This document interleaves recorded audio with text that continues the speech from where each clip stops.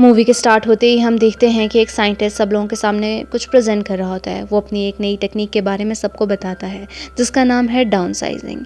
ये एक ऐसी टेक्निक है जिससे लोगों के साइज़ को छोटा किया जाता है, क्योंकि पॉपुलेशन बहुत ज़्यादा हो रही है और इन्फ्लेशन भी बहुत ज़्यादा हो रही है। तो लोग इस टेक्निक को यूज़ करके अपने असली साइज़ से बहुत छोटे हो जाएंगे, जिससे रिसोर्सेज उनके लिए कम नहीं पड़ेंगे। क्योंकि कोई भी छोटा इंसान किसी भी चीज़ को उतना ज़्यादा यूज़ नहीं कर सकता जितना कि बड़े इंसान यूज़ करते हैं। लेकिन इस टेक्निक की एक बुरी बात यह है कि अगर एक बार इंसान छोटा हो गया तो वो दोबारा कभी बड़ा नहीं हो सकता, और उनकी आने वाली जनरेशन भी छोटी ही होगी। कुछ लोगों को ये टेक्निक बहुत ही पसंद आती है, लेकिन काफ़ी लोग इसे क्रिटिसाइज़ भी कर रहे थे, और जिन लोगों को ये पसंद आती है वो इसे अपने ऊपर अप्लाई भी करवाते हैं।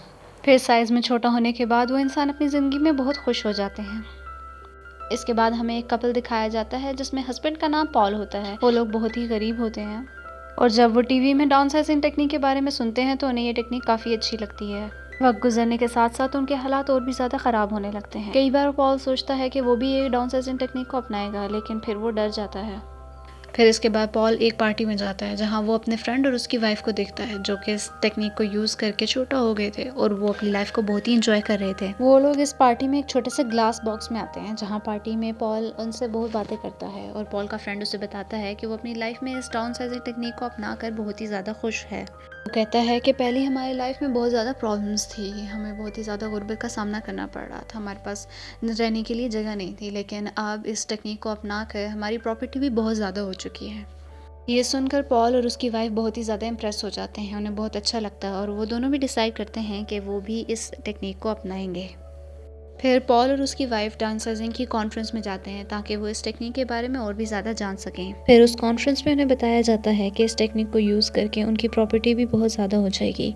फॉर एग्जाम्पल, जब वो बड़े हैं तो उनका एक बिस्किट से कुछ भी नहीं होता, लेकिन छोटे होने के बाद वो एक बिस्किट से अपना पेट भर सकते हैं, और एक बिस्किट का पैकेट वो पूरा हफ्ता चला सकते हैं। यानी यहाँ पे उनके खाने पीने की प्रॉब्लम भी सॉल्व हो गई। अब एक लेडी पॉल की प्रॉपर्टी को देखकर बताती है कि जब आप छोटे हो जाएंगे तो आपकी प्रॉपर्टी की वैल्यू 100 मिलियन तक हो जाएगी, जिसे सुनकर पॉल बहुत ही ज़्यादा खुश हो जाता है। लेकिन प्रॉब्लम ये थी कि छोटे होने के बाद पॉल दोबारा वापस बड़ा नहीं हो सकता, लेकिन क्योंकि उनके रिलेटिव्स और फ्रेंड्स तो बड़े ही रहेंगे, तो उनका अपना रिलेटिव से रिश्ता हमेशा के लिए ख़त्म हो जाएगा। साथ साथ अगर उनकी बॉडी में कोई भी आर्टिफिशियल चीज़ें लगी होंगी तो उसे निकाल दिया जाएगा, जैसे कि आर्टिफिशियल दांत या कोई भी ऐसी चीज़ जो भी आर्टिफिशियल लगी हो तो उसे निकाला जाएगा, क्योंकि आर्टिफिशियल चीज़ें डाउन साइजिंग की टेक्निक के थ्रू छोटी नहीं हो सकती। लेकिन अगर वो ऐसा नहीं करेंगे तो उनकी मौत भी हो सकती है। अब ये टेक्निक अप्लाई करते हुए पॉल के सारे दांत और उसके बाल रिमूव कर दिए जाते हैं।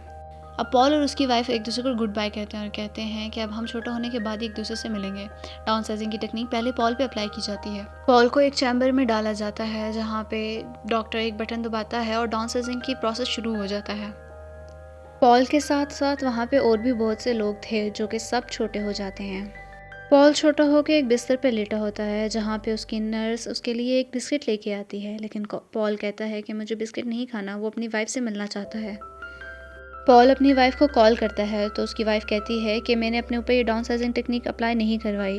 असल में जब उसकी वाइफ के बाल काटे जा रहे थे तो उसे रियलाइजेशन हुई कि मैं अपने साथ ये क्या करने जा रही हूँ, और वो डर के वहाँ से चली गई।